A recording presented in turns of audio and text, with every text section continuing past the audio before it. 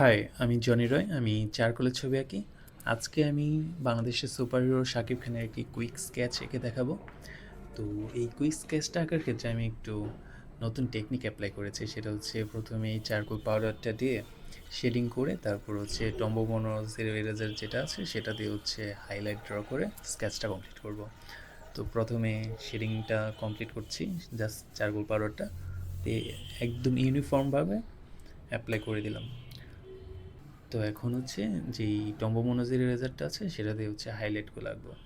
তো টম্বো মনোজের ইরেজারটা দিয়ে ইরেজ করার সময় আমি হচ্ছে যে জায়গায় একটু বেশি লাইট সে জায়গায় হচ্ছে একটু বেশি করে ইরেজ করে আমি চারকোলটা ইরেজ করে দেবো, আর যে জায়গায় একটু কম লাইট সে জায়গায় একটু প্রেশারটা কম দিয়ে ইরেজ করবো। That's it.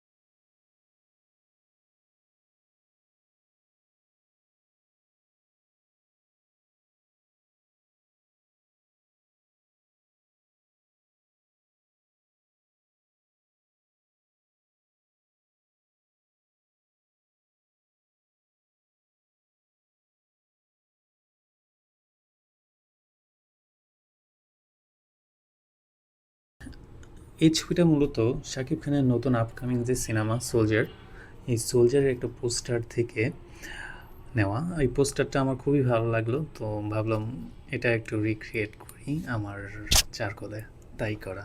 তো শাকিব খানের যারা ফ্যান্স আছেন তারা অবশ্যই জানাবেন ছবিটা আপনাদের কেমন লাগলো। তো শেষ পর্যন্ত থাকুন আর দেখুন কেমন লাগতেছে আপনাদের কাছে।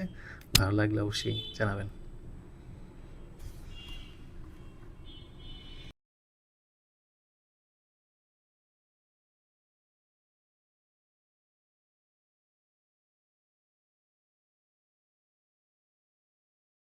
তো মোটামুটি শেষ। এটা হচ্ছে একটা জাস্ট কুইক স্কেচ,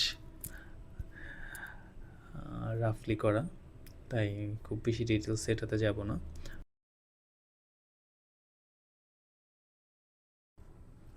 আপনারা যদি আমার ডিটেল ওয়ার্ক মানে একটু রিয়ালিস্টিক ওয়ার্ক দেখতে চান তাহলে আমার চ্যানেল ঘুরে আসতে পারেন। সেখানে আমি শাহরুখ খানের একটি স্কেচের রিল অলরেডি আপলোড করেছি, আর ফুল ভিডিওটা খুব শীঘ্রই চলে আসবে।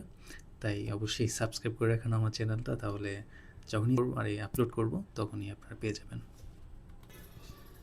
তো আঁকা মোটামুটি শেষ। এখন হচ্ছে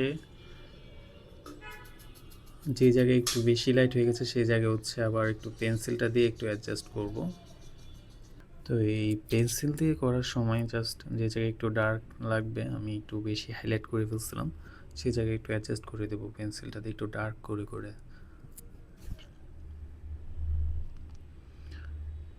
তো এই কুইক স্কেচটা আপনাদের কেমন লাগলো সেটা আমাকে অবশ্যই কমেন্ট করে জানাবেন। তাহলে দেখা হচ্ছে নেক্সট কোনো ভিডিওতে। সে পর্যন্তই ভালো থাকবেন। টাটা।